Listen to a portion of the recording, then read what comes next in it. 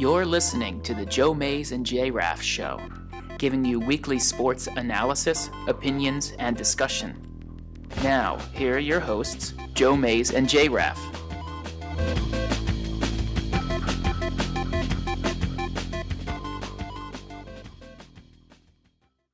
We're not going to be messing around this evening because Justin and I have been recording what seems like for days on end as we've been undergoing a little bit of stress with a second show that we're trying to iron out. We just got finished recording like 5 minutes ago. Who would have ever thought that our recorded show would be the stressful much one? More stressful than our live show. Yeah. Although our live show, we've gotten to the point where we show up, we're ready to go. Yeah, it's kind of is like the that. One, it's a little different. There's a lot more production values with the second one, which I'm sure is just going to get. I mean, much like this show, when we started it, we had that little plastic microphone that we passed back and forth. There was no video. It was just us on Blog Talk Radio.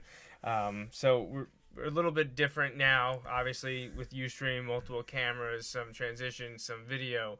We're using Mixler now, having an ongoing chat. Lots of stuff happening for the Joe Mays and J-Raff show. And we'll get there eventually with the Bulldog Hour. We didn't even have time to change the backdrop once again. That's all right. But we're just cross-advertising. Yeah, right. Cross-advertising here. So, but yeah, welcome to the 184th episode of the Joe Mays and J-Raff show. I'm one of your hosts, Joe Mays. Alongside of me, Justin Raffoff. Yeah, and like he said, we're kind of just in the groove right now. Just finished recording. The pieces for our other show, which you can see in the background, the Bulldog Hour, and ready to go. Though this is something I've given some thought about this week, and again, this is one of those where I'm not sure, and it may change as we go through the show. What my predictions are for the AFC East. Yeah, so we're talking AFC East tonight. Obviously, the division home to my team, the Dolphins, and also home to the team that my uncle wishes for, which we hear from him all the time, obviously being the New England Patriots. And we already have been contacted by him getting ready to start this show.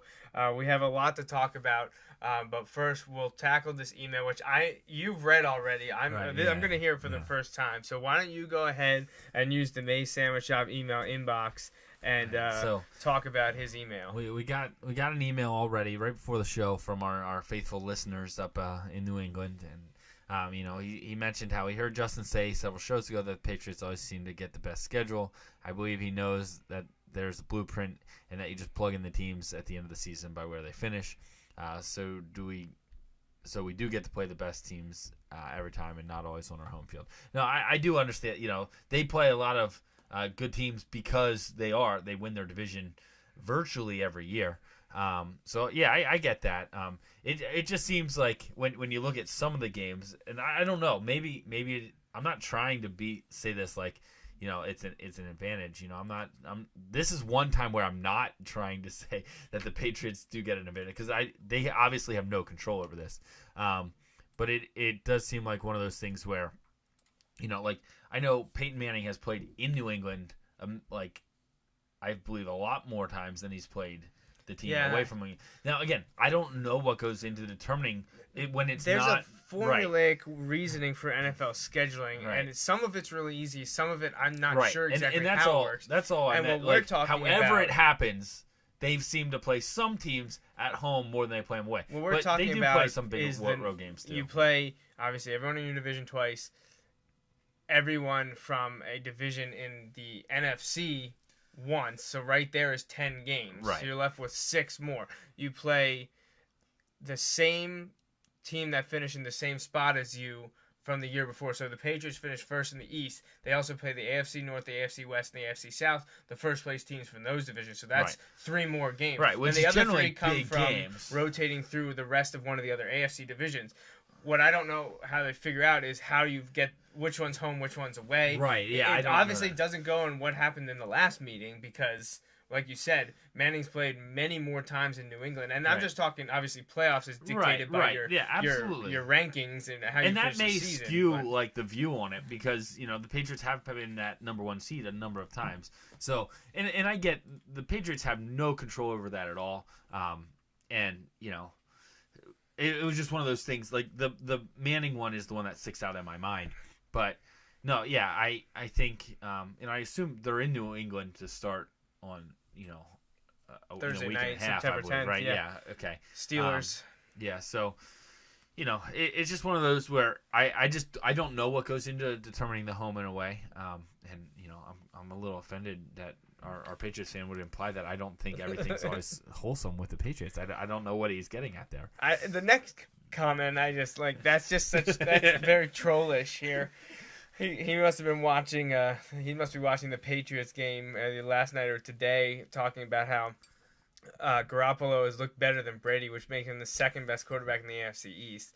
I understand the Jets and Bills don't have quarterbacks, but to say Garoppolo is better than Tannehill is just ridiculous. But I think he's just trying to poke me with the fork here and just try to get me going. Nice try. I'm not going to take the bait. I try it all the time, Rich. I try to get him going all the time. So. And I will mention his last point here because I don't want to forget it at the end. We'll be rushing to finish here and get out of here on time, and get some food and some water because we are pretty tired from what we've been doing yesterday and all evening. It feels like today, but I do want to wish my aunt a happy birthday as it is today. So. Aunt Diane, happy birthday from the Joe Mays and J-Raff show. I know this is the most important part of her day. Right, absolutely. I know she's been looking forward to this all day. So, so we appreciate the first email from Rich. Maybe there'll be another one. I don't know. We'll see what happens. Probably depends on what we have to say about his Patriots. But we might as well just get started with that. Everyone that has been listening to the show for a while knows how to contact us, so we're not even going to deal with that tonight. We're going to move right on and talk about the AFC East. As we're finally here, we're going to start at the bottom as we usually do, and I think this one's pretty simple to figure out. And we're going to do like we did a few weeks ago where you'd say 1, 2, 3, and we'll say it because I feel like we've got to be exact. So fourth place team in the AFC East. 1, 2, 3. Jets. It has to be the Jets, right? I don't know. I don't think it has to. It has to be the Jets. I don't think it has to be the Jets. Except their offense is going to be really bad. I think Chris Ivory has the potential to be okay, except they have no real other weapons. I mean, Eric Decker's outside, on record as saying he doesn't really care how the team does because he's getting paid, which a lot of players may think, but few players actually say it out loud to the media. Right. And probably that's a good decision. So when you talk about, what's going on there, whether they're, starting quarterback, maybe starting quarterback will be able to talk at all. Like, who knows? Maybe having, Ryan Fitzpatrick back there isn't a bad thing, especially if you're going to hand the ball off a bunch and, try and distribute it when you have to your weapons. So we'll kind of have to wait and see how this all works out. So I know we got at least 2 viewers right now. That's right. We got my uncle in Massachusetts, and we have your 1+-year-old son there watching. It's nice to see him, learning the job and eventually in a few years taking over for you. That's right. As Hi, it Austin. seems every week we're talking about trying to replace you. Yeah. So. Yeah, I'm kind of on the hot seat, I take it. So, yeah.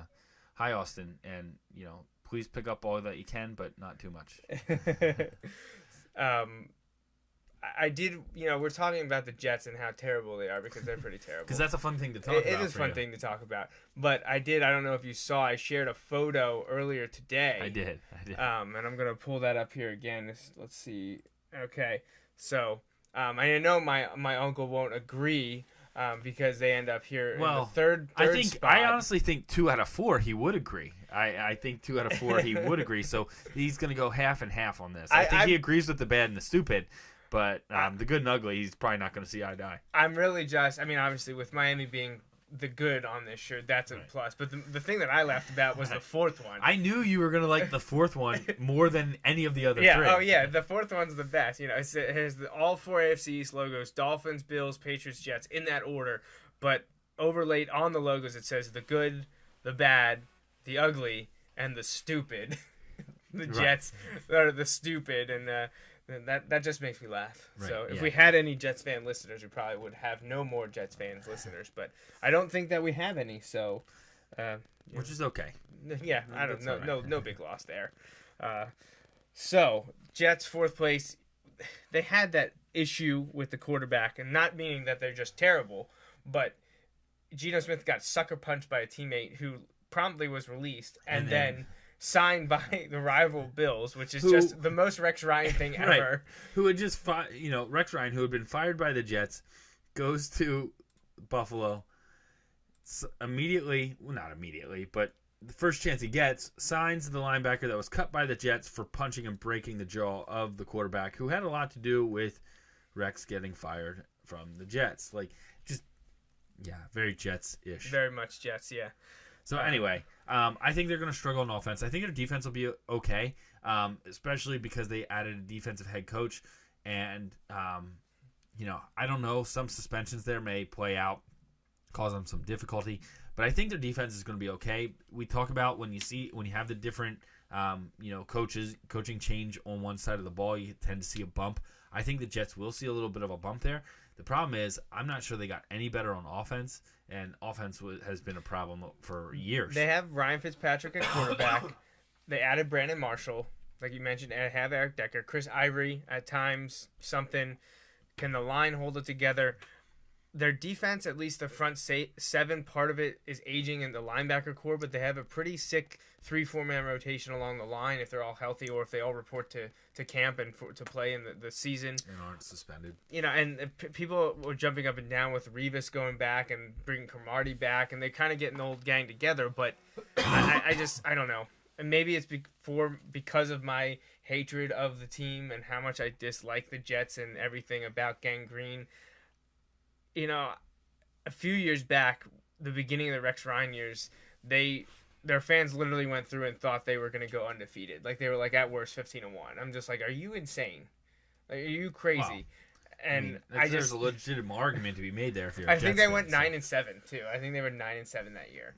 So it's just, I don't know. The Jets, to me, I don't see much happening there. And I would probably say first year under Coach Todd Bowles, I'll probably say 5 wins. I think is a good. I was going to say probably 4 or 5 wins. Landing spot for them. I'd say the Jets would be 4 wins. Now before we move on, let's double check. See here, check the tests. I got 2 from Bill here. He's giving us his take on how he thinks the AFC East is going to hang out. He agrees with us, Jets in last. So before we give anything else away, he says Jets in 4th. 3rd place here, what are we going to do? On 3. 1, 2, 3. Bills. Bill also says the Bills in 3rd place. So not a lot of difference here. A lot of people are hyping up Buffalo in the offseason after the draft. They think Buffalo's got 99.9% of an incredible team, but that 0.1% is the quarterback. Right, and that seems like just repeat on the Rex Ryan story. Yeah, not exactly. Knowing who the quarterback was. And to be fair, I'm not saying this will sound like a homer because he's now on the Eagles. I'm not saying Mark Sanchez is the answer, but in reality, is Mark Sanchez the best quarterback that Rex Ryan has had? I can't recall all of them off the top of my head. I don't know. Yeah, it'd be hard to say without seeing a whole list in front of you. Right. It's possible. And there were times when their defense was great that Mark Sanchez was enough. So my question would be with the Bills, and it's just a question. I think there is room. If their defense is great, like some of those Jets defenses were, can they get a Mark Sanchez-esque performance?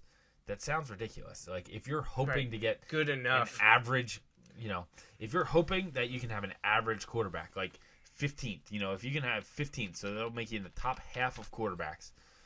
I think if Buffalo gets a top half performance from a quarterback, I think they're not 3rd in this division this year. You know what I mean? I think their defense is poised to be good enough. I think LaShawn McCoy is going to have a good year. It's going to be interesting to see how that plays out, because if he does have a really good year, depending on how things turn out in Philly, you could have some tension there, in Philly over that trade.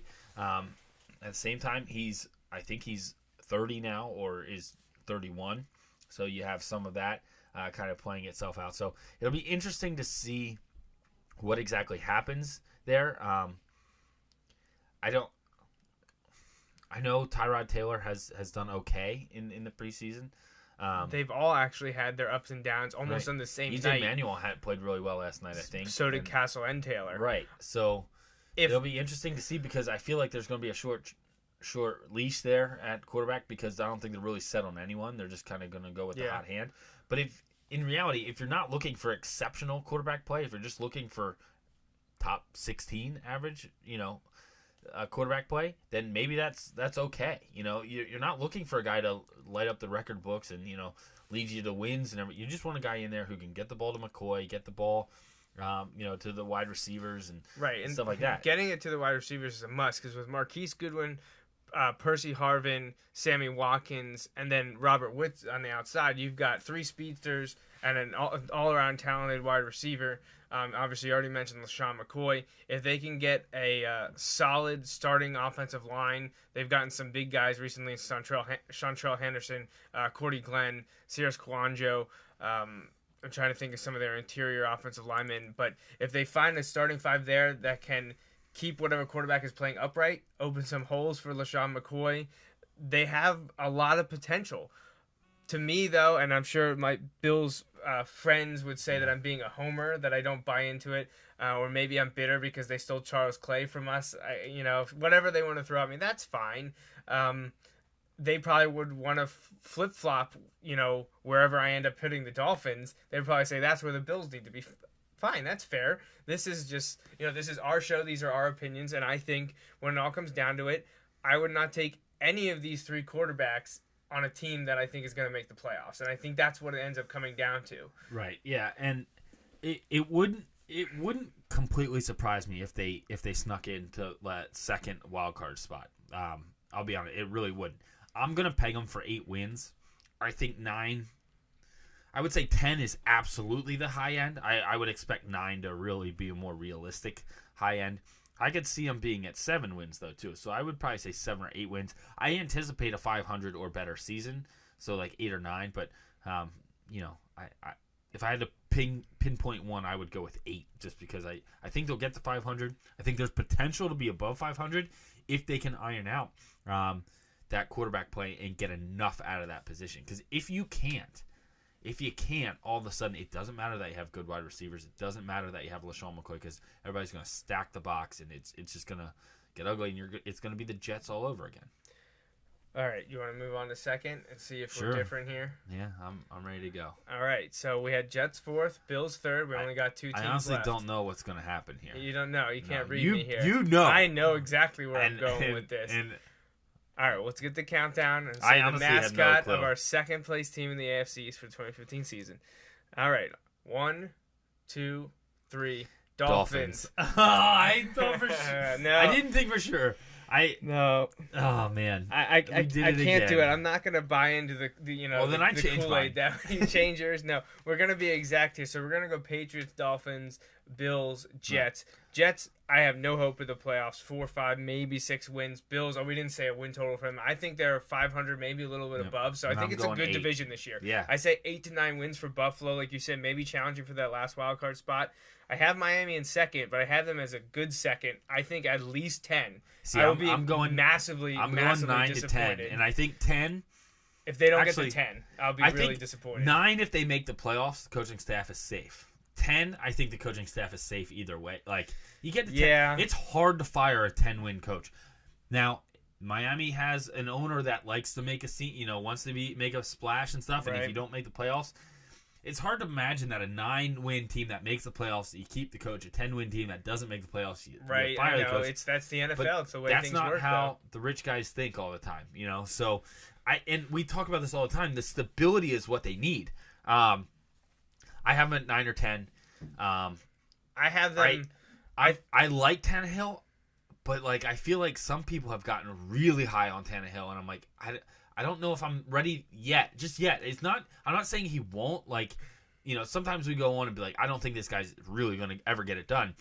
I don't feel that way with Tannehill. I just honestly feel like I haven't seen it yet, and I feel like every time they're like, oh, Tannehill's about to break out, then he goes into a funk, and or the team does. Maybe not just him, but the team does, and you're left thinking, all right, well, it's just the Dolphins hanging out around 500 again, And in watching college football previews, they were talking about, I think it was Bo Pelini out at Nebraska, and how he won 9. They were talking about Harbaugh and what is he going to do at Michigan, and talked about Pelini won 9 games his first year in Nebraska, and everybody loved him. The problem was he won 9 games kind of every year, right? And it's he got fired for that, right? Right. And obviously the schedule's different in the NFL. I feel like the Dolphins have made strides to get better. They struggled. But it's time to actually see it. Like I want to see it on the field. So if they don't make the playoffs, as crazy as it is, I understand that they may have a coaching change in store, which is crazy because they're building in the right direction. But the owners, they're not going to continue to spend the money to not make the playoffs. So I have to wait and see. Defensively, it'll be interesting to see what Suh brings, because now that you might be getting double teams on the inside of the defensive line, it's scary to think what the rushers might get done, or vice versa. If you leave your protection on the edges, what Suh could do if he's not getting double teamed, it's going to be interesting to see there. I still don't know that they have the offensive weapons around Tannehill. I know they have some running backs that can step in. Lamar Miller, Jay Ajayi, but the rookie. I think Ajayi had injury issues, right? And Lamar Miller had injury issues last season. I think, at least minor stuff. No, it was no Sean Marino. Okay. But then he's not there anymore. Yeah, you have some turnover at wide receivers again, which isn't necessarily a bad thing, but just kind of what's going to come about there. You have a wide receiver that you drafted fairly early that he also has injury issues. But Brandon could be Albert a stud. is out till week 3. Right. They so think. I feel like already on the offensive side, there's lots of ifs. On the defensive side, up front, they're going to be solid. But what do they have in the back end? And that's why I have them second. I think enough of the ifs are going to play out that they are okay. I just don't know that they're going to be okay enough to be really good. I don't know. And not that it can't happen, but we talk about this with the other teams. When you start coming, well, if this happens, if this happens, if this happens, I don't think there's a lot of stretches for the Dolphins. So I think some of those things can go wrong and they'll still be good. It's just I'm not going to pick against the Patriots. I have them at I think at least 10.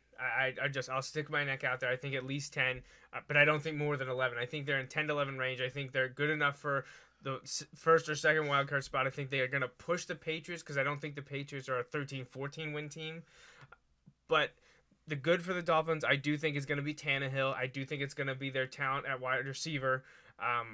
I think Lamar Miller will have a good year. Especially if they can get rolling in the passing game. Right, if the passing game, it's kind of the reverse of what it had been years before. Now you're opening up the running game by using the passing game. I think that will help Lamar Miller a lot.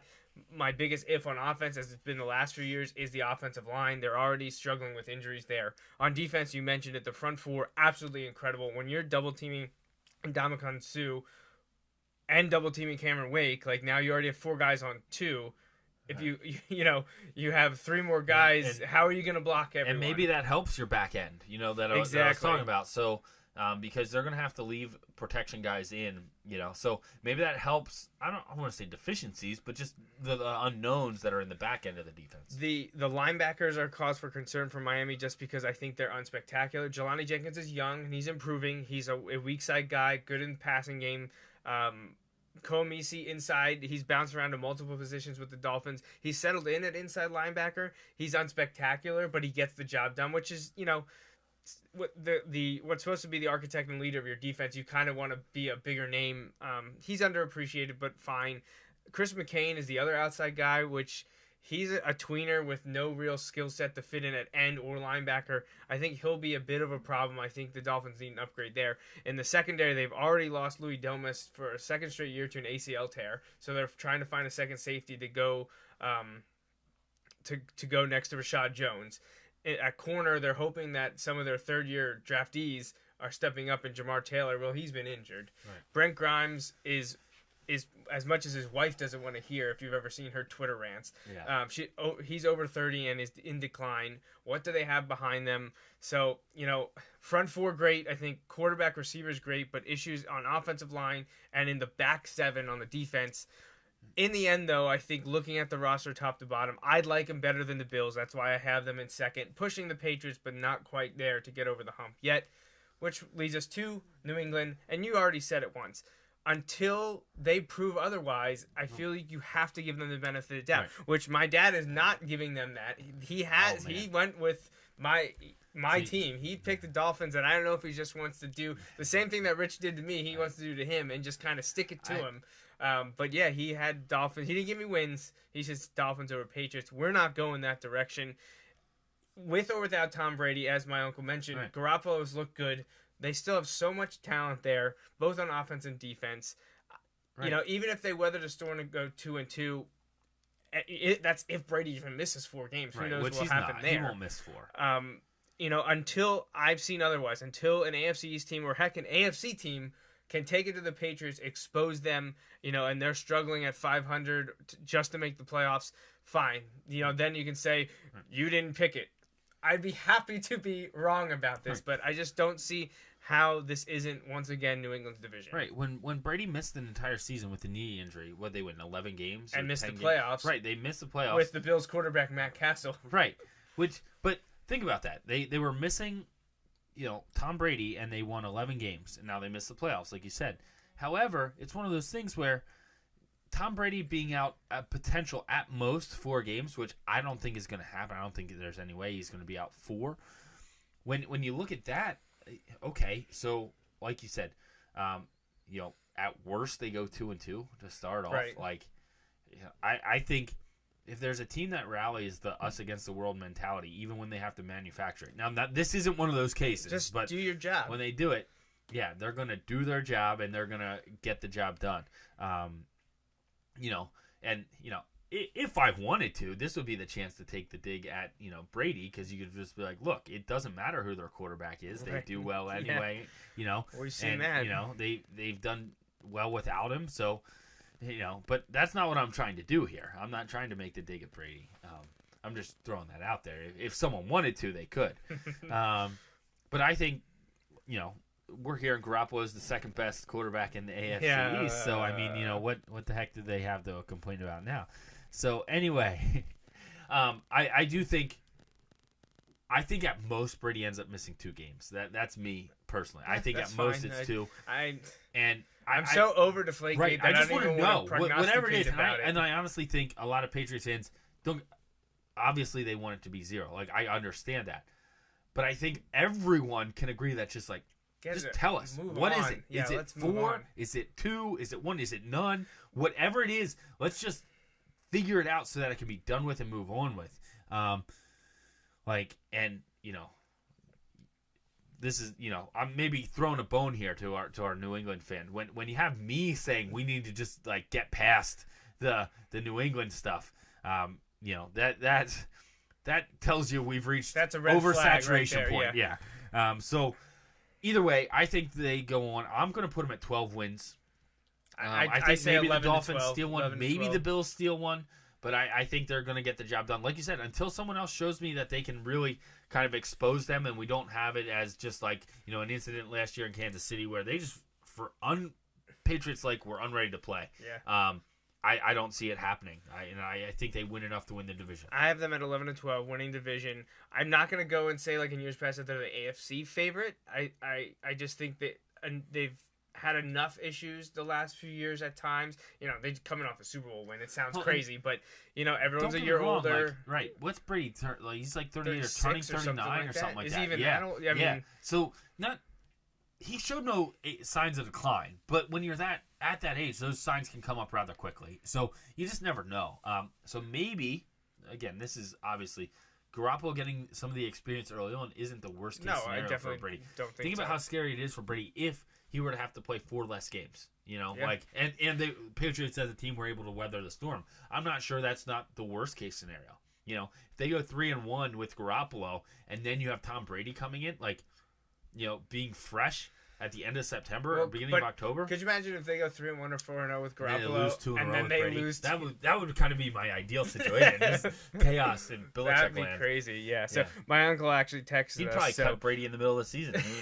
Rich from New England says that he agrees with our picks this week and says that it gets harder every year for the Patriots. And I agree. I think you know, they're still at the top of the mountain, but they're on that other side that's starting to come down. And I think that's just a testament to what they've actually done. As much as I hate to admit it, just to have the sustained success that they have. It only took 15 incredible. years, right? But it only took 15 seasons for it to happen. But it also doesn't mean there could be another peak on the other side. Just because you're coming down a little bit doesn't mean that you're not going to go up. But I think they'll take a step back this year. I don't consider them the AFC favorite, but I don't know if I've actually, in my mind, figured out who I think the AFC favorite is. So maybe next week when we do the NFC East and the playoff stuff, maybe I'll be like, yeah, I have the Patriots in the Super Bowl. I don't know at this point. So there you go. Jets in last place, Bills in third, Dolphins in second, Patriots at the top. That's how we see the AFC East. We got only one division left to do. Yeah, the most important. The most important, right? I'm sure we'll have fun with that one next week as well. Oh, yeah. So once again, I do want to say happy birthday to my aunt. And watch the Bulldog Hour whenever we finally get it edited and produced tonight. We're going to be releasing it on YouTube, and you'll see that on our social media sites. And I guess I'll say it. Football starts this week. I guess I'll say it here. College football starts next week before our show. High school football starts before our next show. And I'll say it now, and I'll say it next week. But early happy birthday to my wife, who's celebrating a big one on Saturday. Yeah. Happy birthday to your aunt, and early happy birthday to your wife. So anything else to add from you? No. Good luck to the teams that we root for going into their respective seasons. Yeah, Wilson Friday at Mifflin, Penn State Saturday at Temple. Both of those big road games. Big road games. I think Absolutely. people are writing off Temple. Oh, I'm definitely not. Penn State's only a 7-point favorite. Right, and actually, if you look at the higher level metrics where they do the projections of win, I think it's only a 52% chance that Penn State wins that game. Wow. It's a virtual toss up because Temple is returning a lot of players. I think the fourth most starters or starts, however they calculate it, out of all Division I football teams. Wow. So, Temple's a good team. Temple and San Diego State we need to look out for. Hopefully they can kind of take care of business, and I'm excited to see what the strides hopefully that they've made this offseason. So. All right, well, that's it. Thanks for joining us. That wraps up the 184th episode of the Joe Mays and J-Raff Show. We hope you tune in every Sunday evening at 6:30 for our take on sports. Until next time, I'm J-Raff. And I'm Joe Mays. Thanks for listening.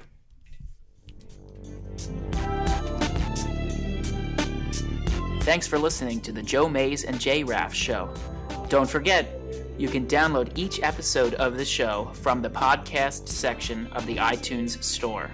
We'll see you next time, and thanks again for listening.